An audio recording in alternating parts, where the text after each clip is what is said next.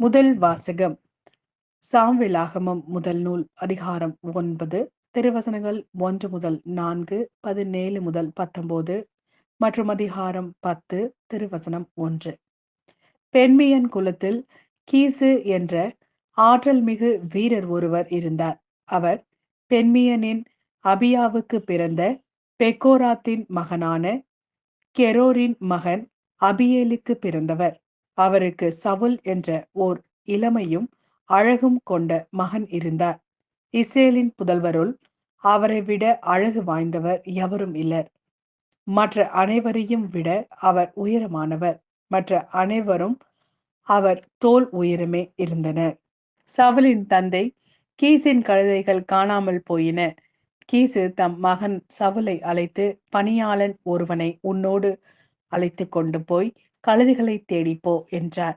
அவர் எப்ராயிம் மலை நாட்டையும் சாலிசா பகுதியையும் கடந்து சென்றார். அவற்றை காணவில்லை.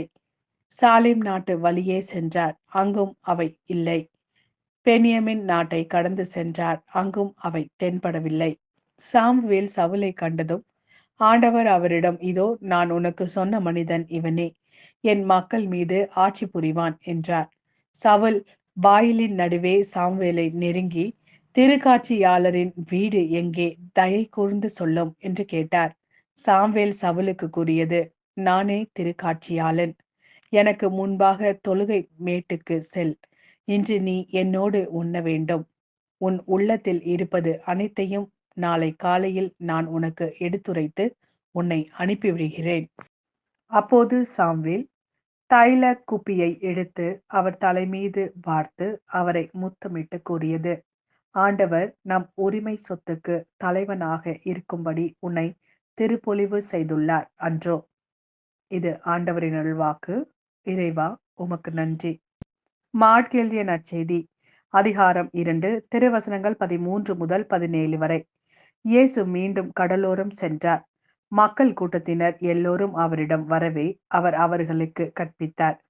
பின்பு அங்கிருந்து அவர் சென்றபோது எல்பேவியுவின் மகன் லேவி சுங்கச்சாவடியில் அமர்ந்திருப்பதை கண்டார். அவரிடம், என்னை பின்பற்றி வா என்றார். அவரும் எழுந்து இயேசுவை பின்பற்றி சென்றார். பின்பு அவருடைய வீட்டில் பந்தி அமர்ந்திருந்த போது வரி தண்டுபவர்கள், பாவிகள் ஆகிய பலர் இயேசுவோடும் அவருடைய சீடரோடும் விருந்துண்டனர். ஏனெனில் இவர்களுள் பலர் இயேசுவை பின்பற்றியவர்கள்.